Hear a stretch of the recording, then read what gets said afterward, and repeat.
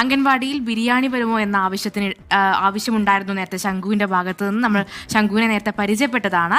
ആ വിഷയത്തിൽ ഇടപെട്ട മന്ത്രി വീണ ജോർജിന് ശംഖു നന്ദി പറയുകയാണ്.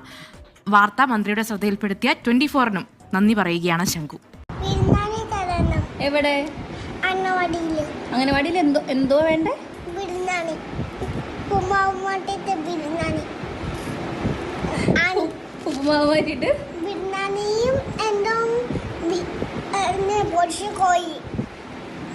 ദേവികുളം ഗ്രാമപഞ്ചായത്തിലെ 1-ാം നമ്പർ അങ്കണവാടിയിൽ ശംഖു എന്ന ഓമന പേരിൽ വിളിക്കുന്ന ത്രിജുൽ എസ് സുന്ദർ, അങ്ങനെയാണ് ഞാൻ മനസ്സിലാക്കിയത്.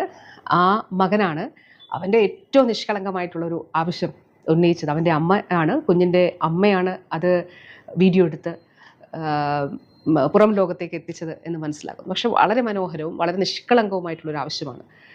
ആ കുഞ്ഞ് ആവശ്യപ്പെട്ടിരിക്കുന്നത് അവൻ അങ്കണവാടിയിൽ